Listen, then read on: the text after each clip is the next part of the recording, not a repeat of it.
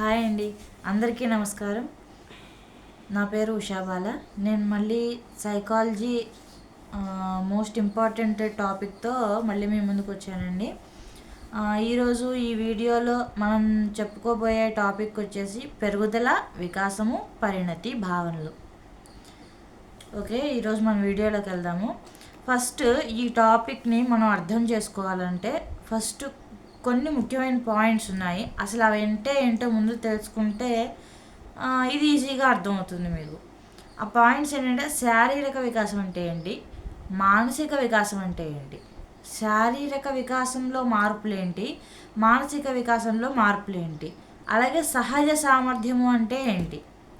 ఇవి కనుక తెలుసుకుంటే మీకు ఈ పెరుగుదల ఈ టాపిక్ అనేది ఈజీగా అర్థమవుతుంది. ఇప్పుడు ఒక్కొక్క దాని గురించి ఫస్ట్ తెలుసుకుందాం. ఫస్ట్ శారీరక వికాసం కదా. ఈ శారీరక వికాసం అంటే ఏంటంటే మనకి ఆ మార్పు, శారీరక వికాసం యొక్క మార్పు అనేది మనకి కంటికి కనిపిస్తుంది. అంటే ఉదాహరణకి ఒక మనిషి ఉన్నాడు అనుకోండి, ఒక పిల్లవాడు ఉన్నాడు, ఒక పసిపిల్లవాడు. ఆ పసిపిల్లవాడు ఎదుగుతూ ఉన్నాడు. వాడి కాళ్ళు, వాడి చేతులు, వాడి యొక్క శరీరము, బాడీ అనేది పెరుగుతూ ఉంటే మనకి కళ్ళకు కనపడుతుందా లేదా? వాడు ఇప్పుడు సపోజ్ చిన్నపిల్లాడప్పుడు వాడు ఎలా ఉంటాడో పెద్దవాడైనా కూడా అలాగే ఉంటాడా? ఉండడు కదా. పెద్దవాడైనాక మనకి వీడు బారయ్యాడు, మనిషి బారయ్యాడు, అలాగే లేదా మనిషి పొట్టిగా ఉన్నాడు, అరే మనిషి ఏంట్రా ఇంతలా ఉన్నాడు, ఇలా మనం చెప్తూ ఉంటాం. అంటే ఏంటి, మన కంటికి కనిపిస్తేనే కదా అది మనం చెప్పగలిగేది. సో కాబట్టి కంటికి కనిపించే మార్పులు ఏవైతే ఉంటాయో వాటిని శారీరక మార్పులు అంటారు. అలాగే మానసిక వికాసంలో మార్పులు. మానసిక వికాసం అంటే ఏంటి అంటే బుద్ధిపరంగా మార్పులు అనమాట. అంటే ఇప్పుడు చెడు ఆలోచనలు, మంచి ఆలోచనలు, ఇవన్నీ మన కంటికి కనపడతాయా? ఆలోచనలు అనేవి మన కంటికి కనపడతాయా? కనపడవు. అంటే ఈ వాటిల్లో కూడా మరి మార్పులు జరుగుతూ ఉంటాయి కదా, ఆలోచనలలో కూడా. సో అటువంటి మార్పుల్ని మనం ఏం చెప్తాము అంటే మానసిక మార్పులు అని చెప్తూ ఉంటాం. అలాగే ఈ మానసిక మార్పులకే ఈ ఈ టాపిక్లో ఏమని పేరు పెట్టారంటే గుణాత్మక మార్పులు అని పేరు పెట్టారు. అలాగే శారీరక మార్పుల్ని దీంట్లో ఏమని పేరు పెట్టారంటే భౌతికపరమైన మార్పులు లేదా పరిమాణాత్మక మార్పులు అని చెప్పి పేరు పెట్టారు. ఇకపోతే సహజ సామర్థ్యాలు, చివరి టాపిక్. ఈ సహజ సామర్థ్యాలు అంటే ఏంటంటే పుట్టుకతో వచ్చేవి. ఇప్పుడు కొంతమంది ఒక నానుడు ఉంది, చిన్న నానుడు ఉంది, ఏంటంటే పుట్టుకతో వచ్చిన లక్షణాలు పోయేదాకా పోవంటారు. అంటే ఏంటి, పుట్టుకతో వచ్చిన లక్షణాలు అంటే సపోజ్ చూడటం, అలాగే వాసన పీల్చటం, ఇలాంటివన్నీ కూడా మనకి ఎవరన్నా శిక్షణ ఇస్తే మనకి ఇవి అబ్బినాయా లేదంటే పుట్టుకతోనే వచ్చినాయా? ఇవన్నీ పుట్టుకతో వచ్చిన లక్షణాలు. మనం చూస్తాము. ఈ చూడడం అనేదాన్ని మనకి ఎవరైనా నేర్పించారా? లేదు కదా, నేర్పించారు కదా. మనకి పుట్టుకతోనే ఆ లక్షణం అబ్బి ఉంటుంది. సో అటువంటి వాటివి అన్నమాట. అటువంటి లక్షణాలన్నీ కూడా మనకి సహజ సామర్థ్యాల కిందకు వస్తాయి. ఇప్పుడు అసలైన టాపిక్లోకి వెళ్దాం. ఫస్ట్ పెరుగుదల. ఇక్కడ ఏమని ఇచ్చారో చూడండి ఒకసారి. ఒక వ్యక్తిలో పరిమాణాత్మక మార్పులను పెరుగుదల అంటారు అని ఎలిజబెత్ హార్లాక్ నిర్వచించారు అన్నారు. ఇందాకే చెప్పాను మీకు, పరిమాణాత్మక మార్పులు అంటే ఏంటి, మన కంటికి కనిపించేవి, మనం అసెస్మెంట్ చేయగలిగేవి. సో అటువంటి మార్పులనే మనము పరిమాణాత్మక మార్పులు అని చెప్పాం. సో అటువంటి మార్పులు అన్నిటిని కూడా మనం ఏ విధంగా గుర్తించవచ్చు, దాన్ని ఏమంటారు అంటే పెరుగుదల అంటారు. ఇక్కడ చూడండి, ఒక జీవి శారీరక ఆకారపరమైన లేదా భౌతికపరమైన లేదా పరిమాణాత్మక మార్పులనే పెరుగుదల అంటారు అని చెప్పాడు. అంటే శారీరక పరమైన అంటే ఏంటి అంటే మనకి బయట వైపుకి అనమాట. అంటే మన శరీరం లోపలి వైపు జరిగే మార్పులు కాకుండా మన శరీరం బయట వైపు జరిగే మార్పులన్నీ కూడా శారీరకపరమైన మార్పులు అంటారు. అలాగే ఆకారపరమైన మార్పులు అంటే ఇప్పుడు మనుషులనే కాదండి, వస్తువులను కూడా తీసుకోండి. ఆ వస్తువు ఎలా ఉంది, మనకి బారుగా ఉందా, పొట్టిగా ఉందా, లావుగా ఉందా, గుండ్రంగా ఉందా, ఇటువంటివన్నీ కూడా మనకి పరిమాణాత్మక మార్పుల కిందకు వస్తాయి. ఎందుకంటే అవి మనకు వాటి యొక్క ఆకారం అనేది మన కంటికి కనిపిస్తూ ఉంటుంది కదా. సో కాబట్టి ఆకారపరమైనటువంటి మార్పులు, అలాగే భౌతికపరమైన అన్న కూడా సేమ్ అదేనండి. మన కంటికి కనిపించేది అని అర్థం. సో ఆ భౌతికపరమైన అలాగే పరిమాణాత్మకమైన ఈ మార్పులు అన్నిటిని కూడా పెరుగుదల అని అంటారని చెప్పి ఎలిజబెత్ హార్లాక్ అనే ఆయన పెరుగుదల గురించి నిర్వచనం ఇచ్చారు. ఏమీ లేదండి, పెరుగుదల అంటే మన కంటికి ఆ మార్పు అనేది కనిపిస్తుంటే, మన కంటికి ఆ మార్పు కనిపిస్తుంటే దాన్ని పెరుగుదల అంటారు. ఆ చిన్న విషయం గుర్తుపెట్టుకొని మీకు పెరుగుదల అంటే ఈజీగా గుర్తుపెట్టచ్చు. నెక్స్ట్ వచ్చేసి మనకి వికాసం. అయితే ఈ పెరుగుదలకి వికాసానికి సామాన్యంగా పోలిక కొంచెం దగ్గరగానే ఉంటుంది.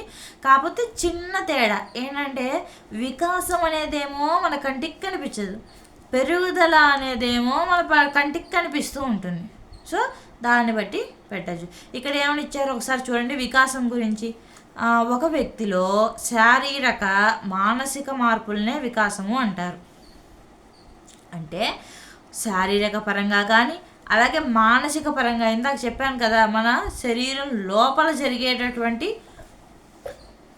మార్పులు ఏవైతే ఉన్నాయో వాటన్నింటినీ కూడా మానసిక మార్పులనే అంటారు. సో ఈ శారీరకపరమైన మానసికపరమైన మార్పులు అన్నింటినీ కూడా మనం ఏమంటాము అంటే వికాసము అంటారు. ఒక వ్యక్తిలో పరిమాణాత్మక గుణాత్మక మార్పులనే వికాసము అంటారు అని ఎలిజబెత్ హార్లాక్ నిర్వచించారు. ఇప్పుడు వికాసం అంటే ఏంటంటే మన కంటికి కనపడంది అని చెప్పాను కదండి. వికాసం అంటే ఎట్లా అంటే ఉదాహరణకి ఒక చిన్న పిల్లవాడు ఉన్నాడు. ఆ చిన్న పిల్లవాడు ఆలోచించే తీరు ఒక రకంగా ఉంటుంది. అంటే ఇప్పుడు ఒక విషయం ఉంది, ఆ విషయము మనకి చెడు చేస్తే అది చెడు అని, ఒకవేళ మంచి చేస్తే అది మంచి అని ఆ విధంగా భావిస్తాడు చిన్నపిల్లవాడైతే. అదే ఒక పెద్ద పిల్లవాడు అనుకోండి, ఆ విషయం అనేది మనకు చెడు చేస్తున్నప్పటికీ కూడా ఓకే ఇది మనకి చెడు చేస్తుంది కానీ అది తర్వాత మన మంచికే జరుగుతుంది అనే ధోరణిలో ఆలోచిస్తూ ఉంటాడు పెద్దవాడైతే.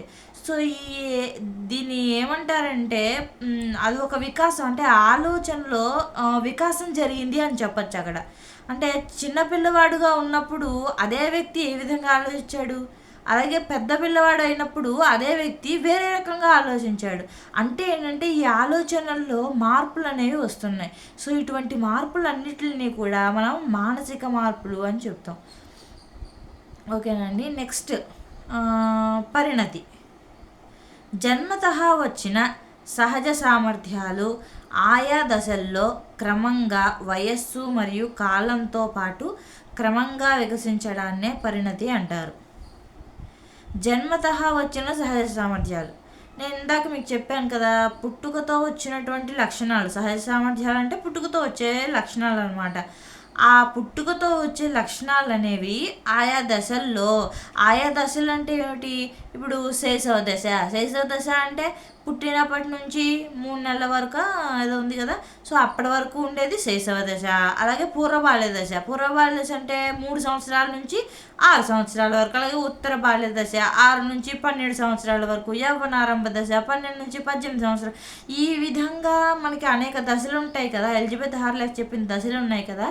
సో ఆ దశల్లో క్రమంగా వయస్సు మరియు కాలంతో పాటు క్రమంగా వికసించడాన్నే పరిణతి అంటారు. మీకు ఒక చిన్న విషయం చెప్పాలండి ఇక్కడ. ఇప్పుడు ఒక పిల్లవాడు పుట్టంగానే వాడికి కళ్ళు అనేవండి కనిపిస్తాయి కానీ ప్రతిబింబాలు అంటే మనం చుట్టుపక్కల చూసే వస్తువులన్నీ కూడా 3 నెలల లోపు ఆ పిల్లవాడికి తలకిందులుగా కనిపిస్తాయి. ఆఖరికి తన తల్లి కూడా తలకిందులుగానే కనిపిస్తుంది. ఆ తర్వాత 3 నెలల తర్వాత నుంచి చూపు అనేది సరిగ్గా ఉంటుంది. ఇప్పుడు 2 సంవత్సరాల వరకు ఆ పిల్లవాడి చూపు అనేది ఫలానా దూరం వరకు మాత్రమే స్పష్టంగా కనిపిస్తుంది. ఆ తర్వాత నుంచి సరిగ్గా కనిపించదు. కొంచెం పెద్దవాడైతే ఇంకా దూరం కనిపిస్తుంది, ఇంకొంచెం దూరం కనిపిస్తుంది. అంటే ఏంటి ఇక్కడ, నేను ఇక్కడ ఏం చెప్పొచ్చానంటే సహజ సామర్థ్యాలు ఆయా దశలు. సహజ సామర్థ్యాలు అంటే ఇక్కడ ఒక లక్షణం తీసుకుందాం, చూడటము అనే లక్షణం తీసుకుందాం. ఆ చూడటం అనే లక్షణము క్రమంగా వయస్సు కాలంతో పాటు వికసిస్తుంది అనమాట. అంటే శైశవ దశలో ఉన్నప్పుడు ఓ మాదిరిగా కనిపిస్తుంది, అలాగే పూర్వబాల్య దశకు వచ్చినాక ఇంకా ఇంకొంచెం స్పష్టంగా కనిపిస్తుంది చూపు. అలాగే మరి ఉత్తర బాల దశ, యవ్వనారంభ దశ వచ్చేసరికి చాలా బాగా కనిపిస్తుంది. అలాగే వృద్ధాప్య దశకు వచ్చేసరికి మళ్ళీ తగ్గిపోతుంది చూపు. ఈ విధంగా కాలంతో పాటు క్రమంగా వికసిస్తుందన్నమాట ఆ లక్షణాలు. సో అటువంటి దాన్ని మనం ఏమని చెప్తాము అంటే పరిణతి అని చెప్తాం. ఇక్కడ చూడండి, ఒక ఉదాహరణ కూడా ఇచ్చాడు. 4 నెలలకు శిశువు తల పైకి ఎత్తటము, 11 నెలలకు నడవటము అనేది జరుగుతుంది. అంటే ఇక్కడ పరిణతి అనేది ఇక్కడ జరుగుతుంది కదా. పరిణతి అంటే ఏం లేదండి,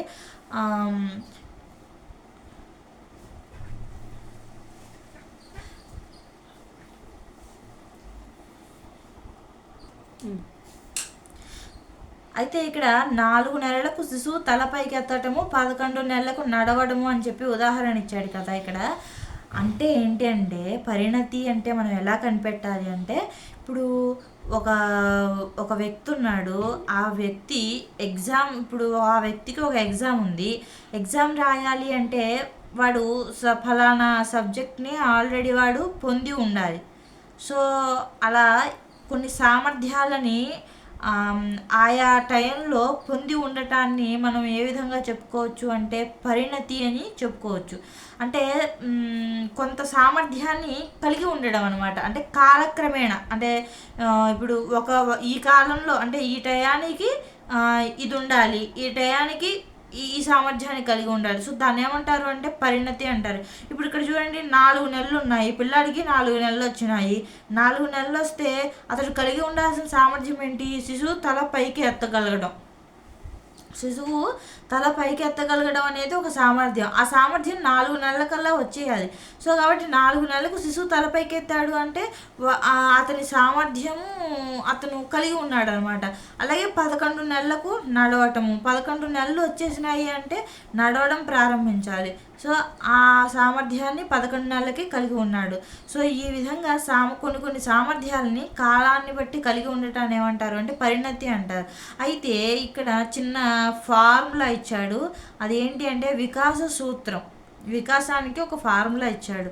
అదేంటి అంటే D=F × M×L. అంటే ఏంటంటే డి అంటే డెవలప్మెంట్ అంటే వికాసము F అంటే ఇక్కడ పౌనఃపున్యము ఇంటూ M అంటే మెచ్యూరిటీ అంటే పరిపక్వత ఆర్ పరిణతి ఇంటూ లెర్నింగ్ L అంటే లెర్నింగ్ అంటే అభ్యసనము. ఈ పరిణతి అలాగే ఈ అభ్యసనము యొక్క ఈ లబ్ధమే అంటే ఈ కూడికనే దీన్నే మనం ఏమంటాము అంటే వికాసంగా చెప్పవచ్చు. ఇప్పుడు మెచ్యూరిటీ అంటే మనకి పుట్టుకతో వచ్చేవన్నీ కూడా మెచ్యూరిటీ కిందకే వస్తాయి. మీరు మళ్ళీ ఇక్కడ కొంచెం కన్ఫ్యూజ్ అవుతారు. ఏంటంటే వికాసానికి పరిణతికి తేడా ఏంటి? ఇది మరి మన కంటికి కనిపించదు, ఇది కూడా మరి మన కంటికి కనిపించదు. అప్పుడు ఇది పెట్టాలా బిట్లో అన్నప్పుడు ఏంటంటే ఇక్కడ పరిణతి అనేదేమో మనకి పుట్టుకతో వచ్చేది. ఇప్పుడు ఇక్కడ చూడండి, 4 నెలలకు శిశువు తల పైకి ఎత్తటం, అది మనం శిక్షణ ఇస్తామా? ఇవ్వం. పుట్టుకతోనే వస్తుంది. ఏ శిక్షణ లేకుండానే ఆ వ్యక్తి ఆ సామర్థ్యం చేయగలడు. కానీ వికాసం దగ్గరకు వచ్చేసరికి శిక్షణ అనేది అవసరం అన్నమాట. ఇక్కడికి వచ్చేసరికి శిక్షణ అనేది అవసరం. ఇప్పుడు ఆలోచనలు ఉన్నాయండి, ఆ ఆలోచనలు అనేవి మనకి చెడు ఆలోచనలుగా ఉన్నప్పుడు ఒక వ్యక్తి ఏం చేస్తాడు, మనం శిక్షణ తీసుకున్నాం అనుకోండి, ఓకే మనకున్న ఆలోచన తప్పు అన్నమాట, ఓకే ఈ ఆలోచనని మనం ఇట్లా మార్చుకోవాలి, ఈ పనిని ఇలా చేయాలి, ఇలా మార్చుకోవాలి అని శిక్షణ ద్వారా ఇక్కడ వికాసం అనేది మార్పు చెందుతుంది. కానీ ఇక్కడ శిక్షణ అనేది అవసరం లేదు పరిణతిలో. ఇక్కడేమో శిక్షణ, మా వికాసంలోనేమో శిక్షణ అవసరం. పరిణతిలోనేమో శిక్షణ అవసరం లేకుండానే ఆ సామర్థ్యాన్ని పొంది ఉంటాడు వ్యక్తి. సో కాబట్టి దీనికేమో ఇక్కడ ఒక మనకి బిట్ ఇచ్చినప్పుడు చూసుకోవాలి ఏంటి, వికాసం పరిణతి రెండింటికి రెండు ఇచ్చాడు అనుకోండి ఆప్షన్స్లో. ఇక్కడ ఈ సామర్థ్యము అనేది శిక్షణతో వచ్చిందా మనకి, లేకపోతే పుట్టుకతోనే వచ్చేసిందా అనేది మనం తెలుసుకుంటే ఆ బిట్ ఈజీగా పెట్టచ్చు. ఒకవేళ శిక్షణతో మార్పు వచ్చిందనుకోండి, శిక్షణ వల్ల వికాసం జరిగిందనుకోండి, అది వికాసం కిందకు వస్తుంది. ఒకవేళ శిక్షణ లేకుండానే ఆ వ్యక్తి ఆ సామర్థ్యాన్ని పొంది ఉండినట్లయితే అప్పుడు అదే మనం ఏం పెట్టచ్చు, పరిణతి అని పెట్టచ్చు. ఇప్పుడు మీకు అర్థమైంది కదా వికాసానికి పరిణతికి తేడా. పెరుగుదల మనం ఈజీగానే కనిపెట్టేయచ్చు, ఎందుకంటే అది మన కంటికి కనిపిస్తుంది కాబట్టి. సో ఈ మూడింటికి క్లారిటీ వచ్చింది కదా. అయితే ఈ మూడింటికి సంబంధించి చిన్న సూత్రము ఇది గుర్తుపెట్టుకోండి, development is equal to F into maturity into learning. ఇది చాలా ఇంపార్టెంట్. టెట్ డిఎస్సిలో కూడా ఈ బిట్ ఖచ్చితంగా అడిగే ఛాన్స్ ఉంటుంది. ఓకేనా. ఇప్పుడు డెవలప్మెంట్ అంటే ఏంటి అంటే మెచ్యూరిటీ ఇంటూ లెర్నింగ్, అంటే పరిపక్వత ఇంటూ అభ్యసనం. అంటే ఏంటి, ఇక్కడ పుట్టుకతో మనకి వచ్చిన లక్షణాలని మనం అభ్యసించడం ద్వారా, ఇప్పుడు పుట్టుకతో మనకి కొన్ని లక్షణాలు వస్తూ ఉంటాయి. ఇప్పుడు టీవీల్లో మనం చూస్తూ ఉంటాం, చిన్న చిన్న పిల్లలే, అంటే 4 ఏళ్ళు 5-6 ఏళ్ళ పిల్లలే బాగా అసలు పెద్దవాళ్ళతో సమానంగా పాడేస్తూ ఉంటారు. ఆ లక్షణం వాళ్ళకి ఎక్కడి నుంచి వచ్చింది, వంశపారంపర్యంగా వస్తుంది, జీన్స్తో, లేదా వాళ్ళకి పుట్టుకతో అన్న అబ్బి ఉండాలి. ఆ లక్షణం పుట్టుకతో అబ్బి ఉంది ఈ లక్షణం అంటూ ఉంటారు కదా. సో అది ఈ పరిణతి కిందకే వస్తుందన్నమాట. సో అయితే ఏంటి, ఆ పిల్లలకి ఆ పుట్టుకతో వచ్చిన ఆ లక్షణాలని మనం శిక్షణ ఇచ్చి వాళ్ళ చేత అభ్యసించడం ద్వారా అది ఇంకా ఎక్కువ స్థాయికి చేరి అభ్యసనం అనేది బాగా జరుగుతుంది, ఆ సామర్థ్యంలో బాగా ఇమడగలడు. సో కాబట్టి మెచ్యూరిటీకి లెర్నింగ్ అభ్యసనానికి చాలా దగ్గర సంబంధం ఉంది. ఈ రెండింటిని కలిపితేనే వికాసం అనేది బాగా జరుగుతుంది. సో కాబట్టి ఈ సూత్రం గుర్తుపెట్టుకోండి, development is equal to F into maturity into learning. అయితే ఈ టాపిక్ అనేది మీకు అర్థమైందని అనుకుంటున్నాను. దీని మీద ఇప్పుడు కొన్ని బిట్స్ ఇస్తాను, ఒకసారి ఎక్స్ప్లెయిన్ చేసుకుందాము. దాంతో మీకు ఇంకా ఏమన్నా డౌట్స్ ఉంటే వాటితో క్లారిటీ వచ్చేస్తుంది.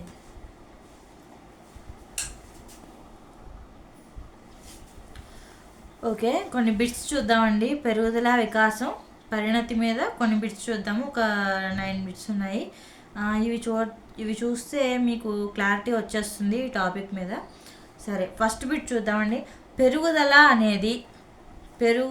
అనేది ఆప్షన్ ఏ వికాసంలో ఒక భాగమా, ఆప్షన్ బి వికాసంతో సమానమా, option C A and B రెండు సరైనవేనా, డి అసలు ఏది కాదా అని ఇచ్చాడు.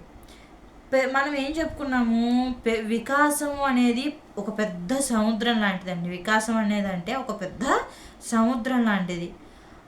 పెరుగుదల అనేది ఆ సముద్రంలో ఉన్న చేప పిల్లలు లాంటివి. ఇప్పుడు చెప్పండి, పెరుగుదల అనేది వికాసంలో ఒక భాగమా, వికాసంతో సమానమా? వికాసంలో ఒక భాగం మాత్రమే. వికాసంలో ఒక భాగం మాత్రమే. వికాసం అనేది పెరుగుతూనే ఉంటుందండి. మీరు ముసలి వాళ్ళు అయిపోయేంత వరకు వికాసం అనేది ఎప్పుడూ జరుగుతూనే ఉంటుంది మన మెదడులో. అది ఏ విషయమైనా సరే, ఏ విషయానికి సంబంధించిన విషయమైనా సరే, మనకి వికాసం అనేది ఎల్లప్పుడూ నిరంతర ప్రక్రియ, వికాసం జరుగుతూనే ఉంటుంది, అది ఏ విషయమైనప్పటికీ కూడా. పెరుగుదల అనేది మాత్రం ఒక ఏజ్ వచ్చేసరికి ఆగిపోతుంది. ఇప్పుడు మనం సపోజ్ 20 ఏళ్ళ వరకు పెరుగుతాం, లేదా 25 ఏళ్ళు వచ్చే వరకు పెరుగుతాం. ఇంకా పెరుగుతూనే ఉంటారా? 50 ఏళ్ళు, 60 ఏళ్ళు, 70, 80 ఏళ్ళు వచ్చే వరకు ఇంకా పెరుగుతూనే ఉంటారా? లేదు కదా. 25 ఏళ్ళకి వచ్చేసరికి పెరుగుదల అనేది అక్కడికి స్టాప్ అయిపోతుంది, ఆగిపోతుంది. సో పెరుగుదల అనేది పెద్దదా, వికాసం అనేది పెద్దదా? అప్పుడు వికాసం అనేదే పెద్దది కదా. సో కాబట్టి వికాసంలో ఒక భాగం ఏంటిది, పెరుగుదల అనేది. ఇప్పుడు దీనికి ఆప్షను, కరెక్ట్ ఆప్షన్ వచ్చేసి వికాసంలో ఒక భాగం. ఆప్షన్ ఏ కరెక్ట్ ఆన్సర్ అండి. ఆప్షన్ ఏ అనేది కరెక్ట్ ఆన్సర్. వికాసంలో ఒక భాగం మాత్రమే పెరుగుదల అనేది. నెక్స్ట్ బిట్, శిశువులోని సహజ సామర్థ్యాలు ఈ అంశానికి చెందినవి. చూసారా, సహజ సామర్థ్యాలు అని ఇచ్చాడు. ఈ సహజ సామర్థ్యాలు ఏ అంశానికి చెందినవండి? పెరుగుదల, వికాసము, పరిణతి, అభ్యసనము. దేనికి సంబంధించినవి? పుట్టుకతో సహజ సామర్థ్యం అంటే మీకు ఏమని చెప్పాను, పుట్టుకతో వచ్చే లక్షణాలు కదా. ఈ పుట్టుకతో వచ్చే లక్షణాలు దేని కిందకి వస్తాయి? పెరుగుదల, వికాసం, పరిణతి. అసలు ఈ అభ్యసనం అనేది అసలు అవుట్ ఆఫ్ ఆప్షను, సో ఇది కాదు. ఈ మూడు చూడండి, పెరుగుదల, వికాసం, పరిణతి. వీటిలో ఏదవుతుంది? పరిణతి అనేది కదా. పుట్టుకతో వచ్చేటటువంటి లక్షణాలన్నీ దేని కిందకు వస్తాయని చెప్పుకున్నాం? పరిణతి కిందకు వస్తాయి. సో కాబట్టి ఆప్షన్ సి అనేది కరెక్ట్ ఆన్సర్. నెక్స్ట్, సహజ సామర్థ్యాలు అనగా ఇప్పుడే చెప్పాను ఏంటది? పుట్టుకతో వచ్చేవి, శిక్షణతో వచ్చేవి, అనుకరణ ద్వారా వచ్చేవి. ఏవి? పుట్టుకతో వచ్చే లక్షణాలని మనం సహజ సామర్థ్యాలుగా చెప్పుకుంటాం. Option A correct answer. Sorry అండి. శిశువు 4-5 నెలలకు తల నిలపటము, 9-10 నెలలకు నడవటము అనేది ఈ అంశాన్ని తెలుపుతుంది. నేను మీకు ఇందాక చెప్పాను, కరెక్ట్ టైంలో ఫలానా సామర్థ్యాన్ని కలిగి ఉంటాడని చెప్పాను. అదే ఇంకో విధంగా మీకు ఏం గుర్తుపెట్టుకోమని చెప్పాను? పుట్టుకతో వచ్చే లక్షణాలు శిక్షణ ద్వారా కాకుండా పుట్టుకతో వచ్చే లక్షణాలు ఏవైతే ఉన్నాయో అవి పరిణతి కిందకు వస్తాయండి అని చెప్పాను. ఇప్పుడు ఇక్కడ తల నిలపటము అనేది శిక్షణ ద్వారా వస్తుందా? లేదు కదా, పుట్టుకతోనే వస్తుంది తల నిలపటం అనేది. నెక్స్ట్ చూడండి, నెక్స్ట్ ఏమి ఇచ్చాడు? 9-10 నెలలకు నడవటం అన్నాడు. నడవటం అనేది మనకి ఎవరైనా నేర్పిస్తారా? మనమే చిన్నప్పుడు తడపడ అడుగులు వేసుకుంటూ మనంతటి మనమే నడుస్తాం కదా. సో కాబట్టి నడవటం అనేది కూడా మరి పుట్టుకతో వచ్చేదే. సో అట్లాంటప్పుడు ఇక్కడ పుట్టుకతో వచ్చే లక్షణాలు అయితే ఇది దేని కిందకు వస్తుంది? ఇది పెరుగుదల కిందకు వస్తుందా, వికాసం కిందకు వస్తుందా, పరిణతి కిందకు వస్తుందా, శిక్షణ కిందకు వస్తుందా? శిక్షణతో అయితే కాదు కదా. సో ఇది కాదు, వికాసము కాదు, పెరుగుదల కూడా కాదు. మరి ఇంకా ఆప్షన్ మిగిలింది ఏంటి? పరిణతి. సో పరిణతి, ఆప్షన్ సి అనేది రైట్ ఆన్సర్. నెక్స్ట్ బిట్, ఒక వ్యక్తి యొక్క శారీరక వికాసాన్ని ఈ విధంగా చెప్పవచ్చు. నేను ఇందాక చెప్పాను శారీరక వికాసం అంటే ఏంటి? మన కంటికి కనిపించేది అని చెప్పా. అలా అప్పుడు కంటికి కనిపించేది వీటిలో ఏదండి? ఈ ఆప్షన్స్లో ఏది? పెరుగుదల అవుతుంది కదా. సో కాబట్టి పెరుగుదల, option A correct answer. Next వచ్చేసి, ఒక వ్యక్తి యొక్క మానసిక, సాంఘిక, ఉద్వేగ వికాసాలను ఈ విధంగా చెప్పవచ్చు అన్నాడు. మీరు సాంఘిక, ఉద్వేగ వికాసాలు చెప్పలేదు కదా అని మీరు డౌట్ పడాల్సిన పని లేదు. ఇక్కడ మానసిక అంటున్నాడు, చూసారా? మానసిక వికాసం. మానసిక వికాసం అనేది ఎక్కడ దేంట్లో జరుగుతుంది? మానసిక వికాసం అనేది వికాసంలో జరుగుతుంది, అవునా? వికాసం అనే అంశంలో ఈ మానసిక వికాసం అనేది జరుగుతుంది. ఇప్పుడు వికాసం అనేదండి అది దేని పరంగా అయినా కావచ్చు. సాంఘిక పరంగా మనకి వికాసం జరగటమైనా కావచ్చు, ఉద్వేగపరంగా వికాసం జరగటమైనా కావచ్చు. అదేంటండి ఉద్వేగపరంగా వికాసం జరగడం ఏంటి అని అడగచ్చు. ఉద్వేగపరంగా వికాసం ఎలా జరుగుతుంది అంటే, ఇప్పుడు చిన్న వయసులో ఉన్నప్పుడు కోపం అనేది ఏ కారణం లేకుండా వస్తుంది కదా. ఏ కారణం లేకుండా కోపడిపోతూ ఉంటాం. అలాగే పెద్దయినాక ఆ కోపం మీద మనకి నియంత్రణ ఉండదు. అదే మీరు 30 ఏళ్ళు 40 ఏళ్ళు వచ్చినాక కోపం మీద మనకి నియంత్రణ వస్తుంది. అంటే ఎంతవరకు కోపడాలి అలా నియంత్రణ వస్తుందన్నమాట ఉద్వేగం మీద. సో కాబట్టి అది ఉద్వేగం అనేది కూడా ఒక వికాసం లాంటిదే. చిన్నప్పుడు ఒక రకంగా ఉంటుంది, పెద్దయినాక ఒక రకంగా ఉంటుంది. సాంఘిక వికాసం కూడా అంతే.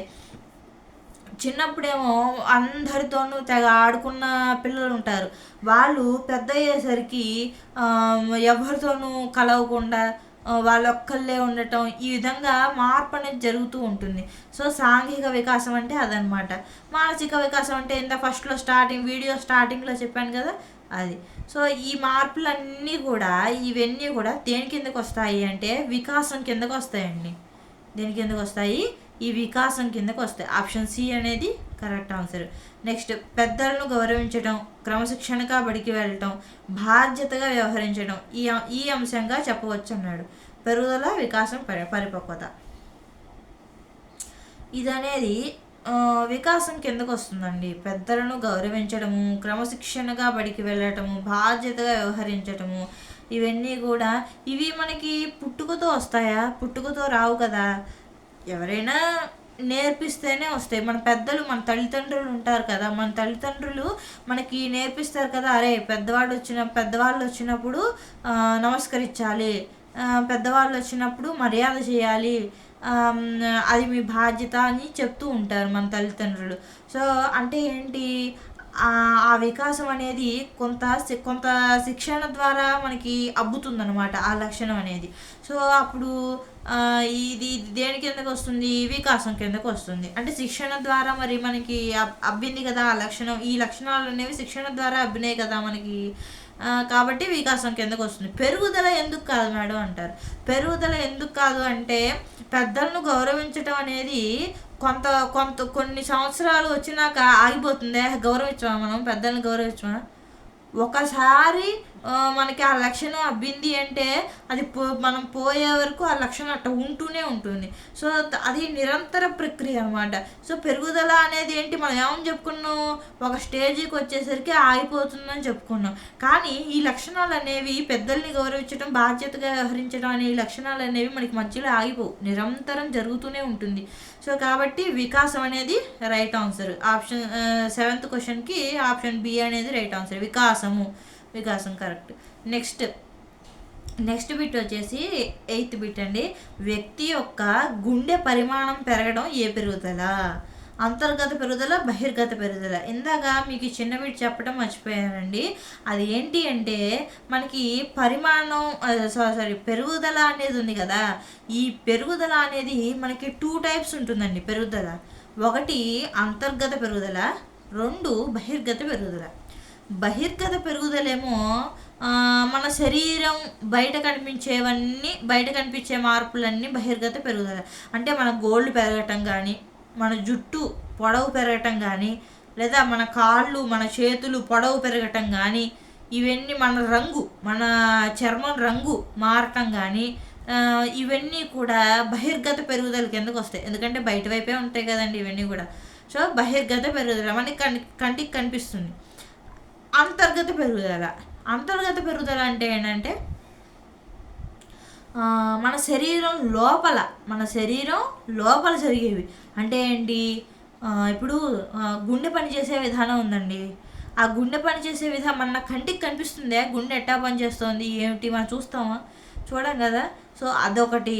అలాగే మన రక్త ప్రసరణ వ్యవస్థ, లోపల రక్త ప్రసరణ వ్యవస్థ ఉంటుంది కదా, సో అది. అలాగే మరి జీర్ణ వ్యవస్థ, అంటే ఆహారం జీర్ణం అవుతుంది కదా మన శరీరంలో. సో అటువంటివి, ఇవన్నీ కూడా ఏంటంటే మన కంటికి కనిపించవు కానీ అది కూడా ఒక రకమైన పెరుగుదల కిందకే వస్తుంది. సో అది అటువంటివన్నీ కూడా అంతర్గత పెరుగుదల కిందకు వస్తాయి. గుండె పరిమాణం పెరగటం కానీ, అలాగే మరి పేగుల పొడవు పెరగటం కానీ, మరి ఇటువంటివన్నీ కూడా దేని కిందకి వస్తాయి? అంతర్గత పెరుగుదల కిందకి వస్తాయి. సరే, ఇక్కడ వ్యక్తి యొక్క గుండె పరిమాణం పెరగటము అనేది ఇప్పుడు ఇది దేని కిందకి వస్తుంది చెప్పగలరా? బహిర్గత పెరుగుదల, అంతర్గత పెరుగుదల?